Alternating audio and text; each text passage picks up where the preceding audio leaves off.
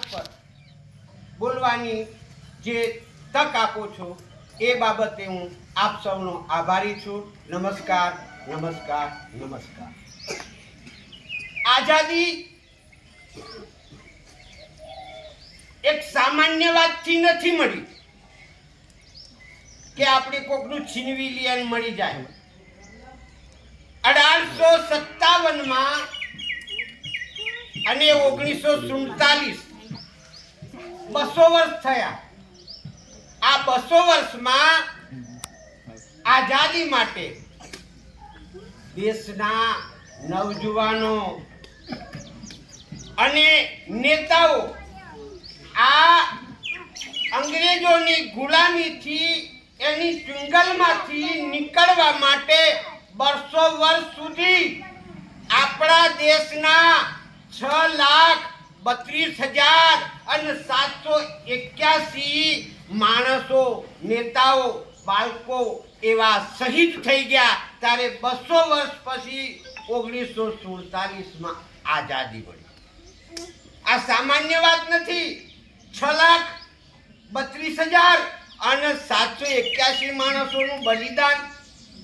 આ બલિદાન સામાન્ય વસ્તુ નથી. લોહિયાળ રેલી અને એ આપણે અંગ્રેજોની ગુલામીમાંથી નીકળી ગયા છે. અંગ્રેજોની ગુલામી એટલે શું?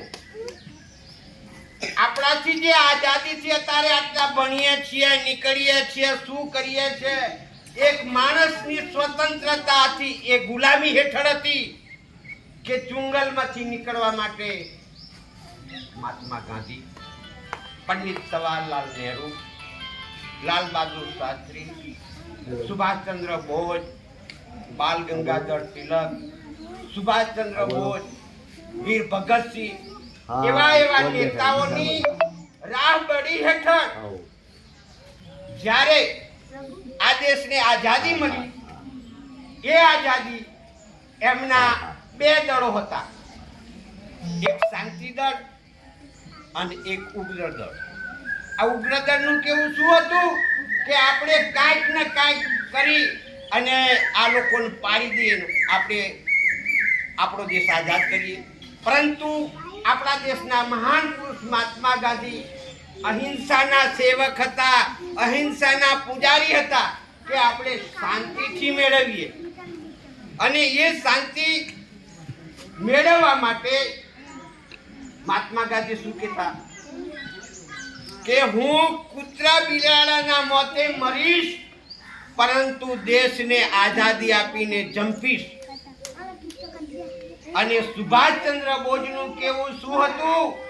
तुम मुझे खून दो, मैं तुमको आजादी दूंगा.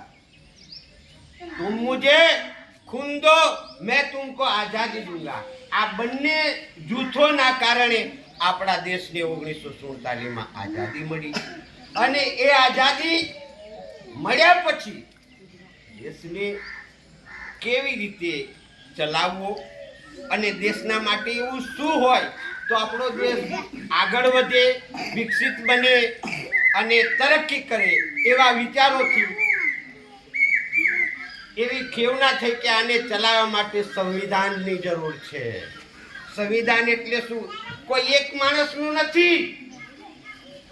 100 થી માંડીને વિમાન, પૂર્વથી માંડી પશ્ચિમ, ઉત્તરથી માંડીને દક્ષિણ, પક્ષી, પશુ પક્ષી, વનસ્પતિ, જીવ જંતુની જીવન શૈલીને આંબેડકર સાહેબે એને જેમાં વણી લીધું છે ખબર છે? સંવિધાનમાં. સંવિધાન અત્યારે આપણા સંવિધાન છે. આ વાંચીએ, બોલીએ, લખીએ, આ શું છે? સંવિધાન છે. અને આ સંવિધાનના આધારે 1950ની અંદર 26મી જાન્યુઆરીનું પર્વ આપણે ઉજવી રહ્યા છીએ. એને શું કહે છે? લોકોનું, લોકો વડે અને લોકોથી ચાલતું રાજ્ય, એને લોકશાહી. હવે આ લોકશાહી એટલે સ્વતંત્ર જીવનની આઝાદીનો એક તહેવાર છે. અને આ 2 તહેવારો આપણા દેશમાં ઉજવવામાં આવે છે. 15મી ઓગસ્ટ રાષ્ટ્રીય તહેવારો અને 26મી જાન્યુઆરી. તો આ તહેવારો કઈ એમ અત્યારે કેટલાક માણસોનો પગાર 40,000, 45,000, 70,000 અને કંઈક કેટલાક માણસોનો તો લાખો રૂપિયા ઉપર પગાર છે, પરંતુ આ પર્વને જાણવા માણવા માટે નથી વિચારતા. આ મારા તરફથી કહું છું. કેમ કે આ તો એક સામાન્ય વાત નથી, આ કંઈ મફત નથી મળ્યું, કેટલાકના બલિદાનથી મળેલું છે. અને આ પર્વ તો આપણે ખુશીથી અને એને આગળ વધારવા, દેશને આગળ લઈ જવા, અને દેશના માટે દરેકની ફરજ છે. આજનું બાળક કાલે આપણું કંઈક શું બની શકે એનું ભવિષ્ય અહીંયા છે, અને એટલા માટે આ પર્વ ઉજવવાનું છે. અને આઝાદીનો મતલબ શું છે કે